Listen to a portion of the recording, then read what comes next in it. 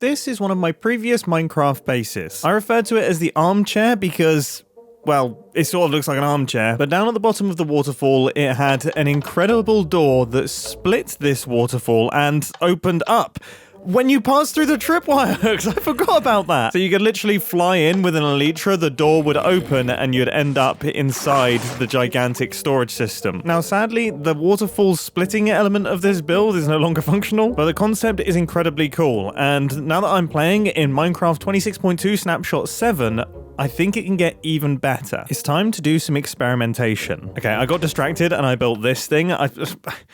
I don't really know what it's useful for in the slightest, but it is enjoyable to watch. So all I need is a little bit of lava, some of the potent sulphur, and then some water, and I have a constantly erupting geyser. Well, this is very enjoyable. Now, the second that I saw these, I thought of waterfalls, and like this looks so much like the bottom of a waterfall. I can bury them under the ground, I can place blocks on top of them, and then if I fill in this pool, and then place a water source up at the top here, immediately, that looks pretty cool. Then all I have to do is split the waterfall like this and shut off the middle one.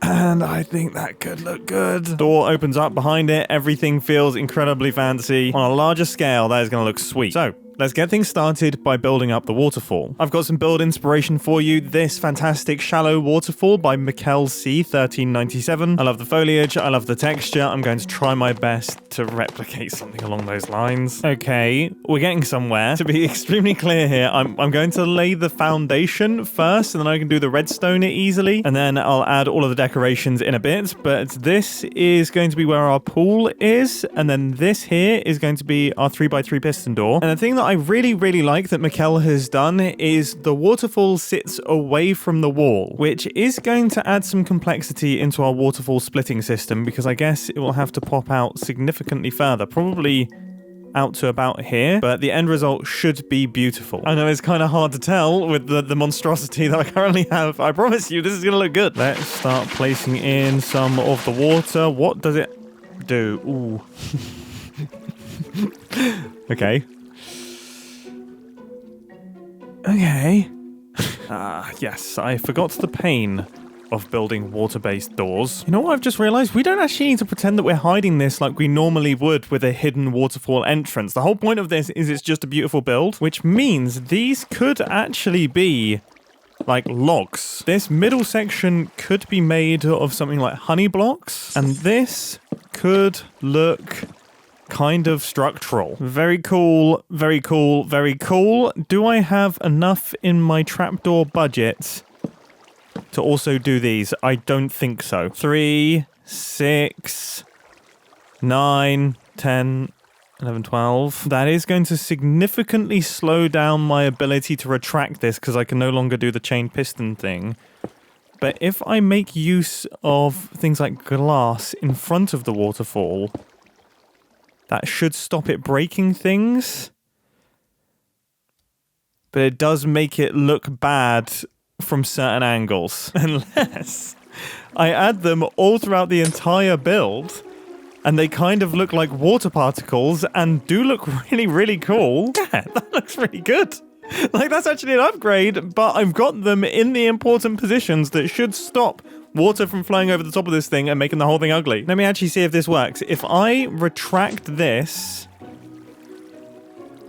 Yeah, the waterfall does actually stay in place, whereas if I remove some of these and get rid of them, you can see when this retracts... Oh, yeah. Oh, that's, yeah. Oh my goodness. And then if we push it back out to try and split it again, it's... Oh, yeah, okay. Very bad. This is going to take forever to clear. Oh my goodness, it even created infinite water sources. That's how bad my flood was. Definitely need these. Wait, if I do something like this, I then don't need the trapdoors or anything like that, and I can just have a double piston extender instead of a triple piston extender, which means it goes fast, which means we shouldn't hopefully break the waterfall too much. Oh, no. No. No. No. Our waterfall doesn't actually split. How did I forget this? I mean, I've put the double piston extender in. It's not changing it. It's not changing it. Oh, that's terrible. Oh my goodness, and even cutting off the waterfall up at the top still connects it up. Have I just come up with a really stupid way to get rid of water? I mean, if this works. This is the crudest setup ever. That does function. The big question is, would it remove water?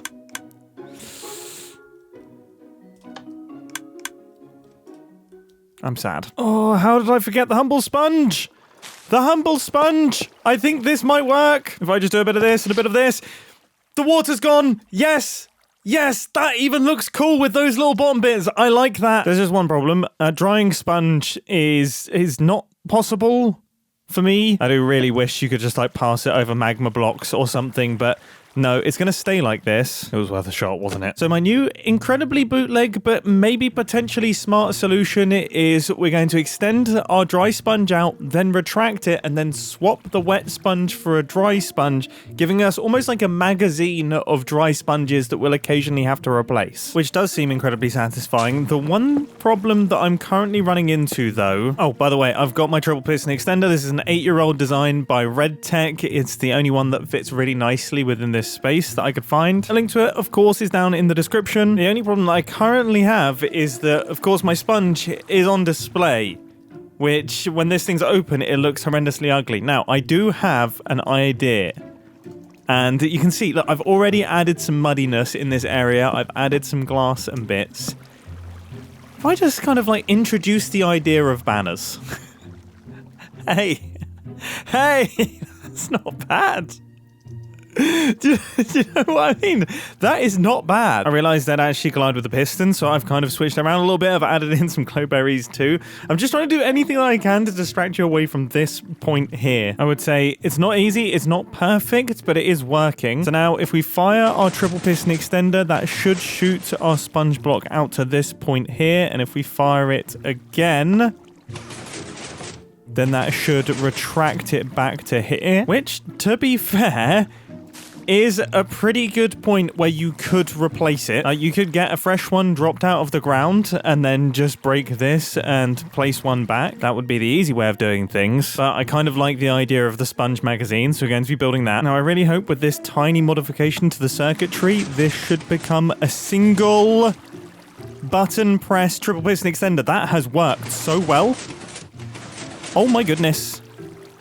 Oh my goodness, that's crazy. So now I just have to sort out the input circuit. So we only want our triple piston extender and sponge bits to fire when the splitter activates. And then on the opposite end, so we just need the splitter to retract. No sponge action. Okay, we got some T flip-flop action, a little bit of this. That means that the triple piston extender circuit should only be powered on one side of the T flip-flop. Yeah, this kind of seems smart. All right, okay, let me just link up this redstone line. And now if I hit this button, everything should retract away. That is looking good. We have got ourselves a waterfall. No animations just yet, but we'll get to it. Hit the button again. It splits and works. Oh my goodness, that actually went incredibly well. That has gone incredibly well.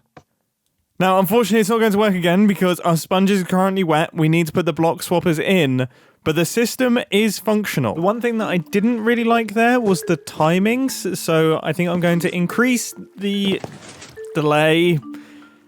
Oh, that was a misclick. Here's the thing. Okay, I could very easily increase the delay by just doing this, but have you noticed something?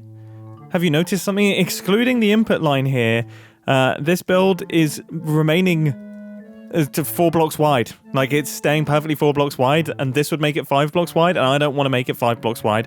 So instead, I'm going to spend a bunch of time thinking about how I could do this. Oh?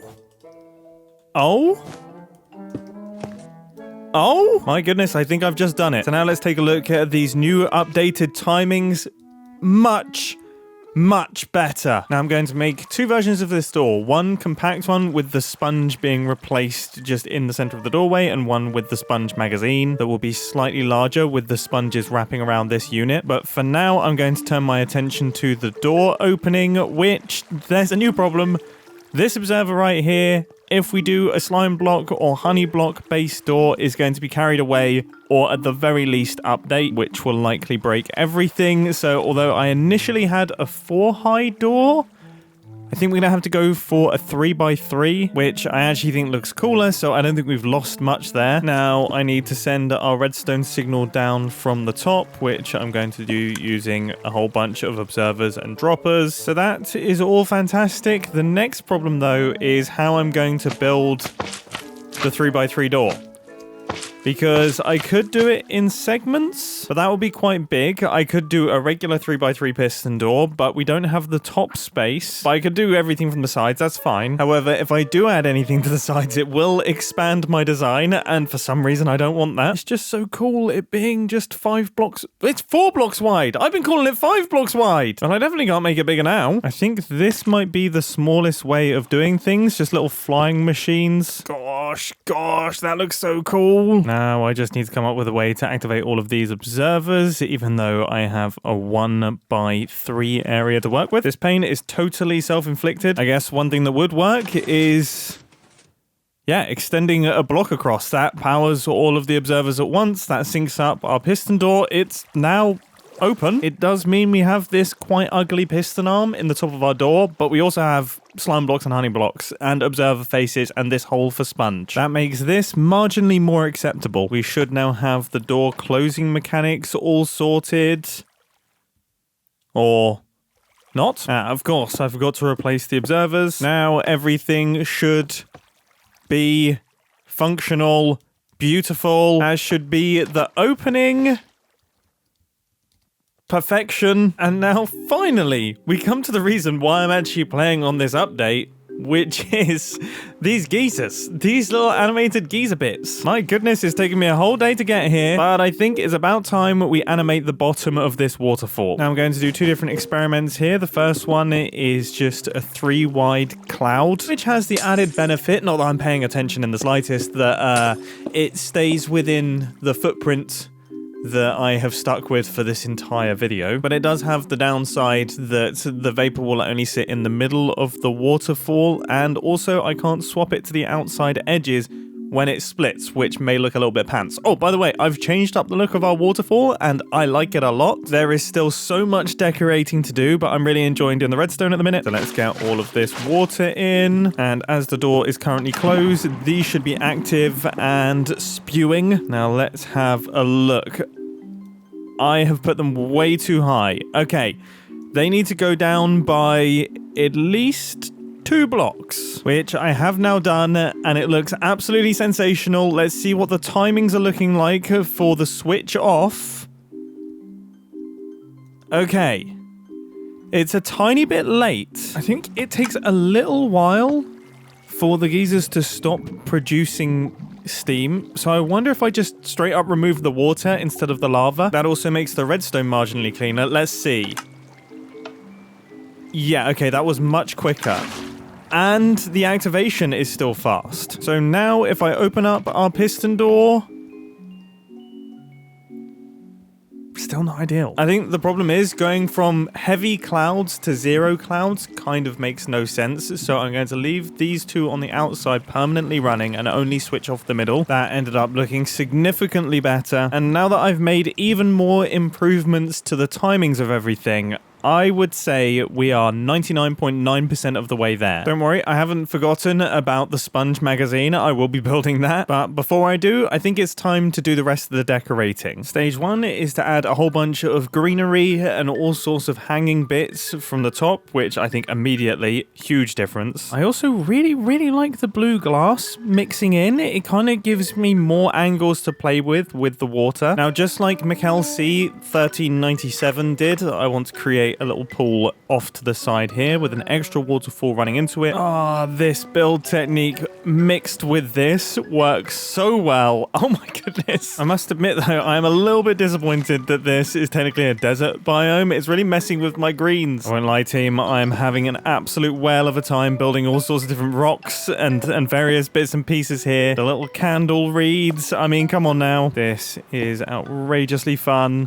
Almost there, just this final section turn left to go. That is not something I predicted. I placed kelp underneath the waterfall, not thinking anything of it. It started growing up into the waterfall and ruining things. Now, the final stage of the process, which is one of my favorites, the painting shadows with glass segment. And I think we have ended up with a pretty cool looking build. So now it's time to transform this 4-block wide construction into something with ammo. Now this shouldn't actually be that difficult. All I have to do is, before the machine fires, push in a dry sponge. It makes sense that I do this at the start of the operation, so then I don't have to have complicated delay circuits. So our dry sponges get pushed across, and then they'll get pushed upwards here, and then get pushed across here, and then eventually get pushed downwards here. So this should do the trick. That is all of them. And then redstone-wise, I just have to do something a little bit like this. That will detect the initial push and cause this piston to fire. It's called a smart piston. And I can do the same thing here, nice and easy. Same thing here, nice and easy. Now I just connect this piston up to the input line, and that is everything. I have both designs next to one another. The original 4-wide version, and then the 4-wide plus ammo belt. And now I'm going to power the one with the reloading mechanism. So, hitting the button, the waterfall splits, our sponge gets retracted, and our door opens up, and the little clouds of water vapor get separated. This thing is ridiculously satisfying. It's unbelievably satisfying. And the closing is almost more satisfying. Like the plumes of water appearing as the water hits the water.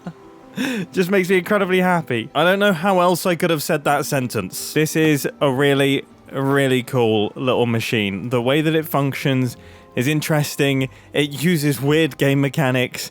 It works so much better than I expected, and I think the separation between the waterfall and the door just makes it look so much better. It adds so much depth. I'm also so glad that I went for wood up at the top here, because it just adds such a level of mechanicalness to it. It really does feel like a contraption that has been constructed and engineered, which is incredibly cool. And I gotta say, although I do really like my 4-wide design over here, there is something special about this system passing sponges through itself to clear out the waterfall that makes me incredibly happy. This has been a very fun project to work on. It's combined both building and also compact redstone, something that I haven't done for a little while. So I really do hope that you enjoyed it, and I will catch you all in the next video. See ya!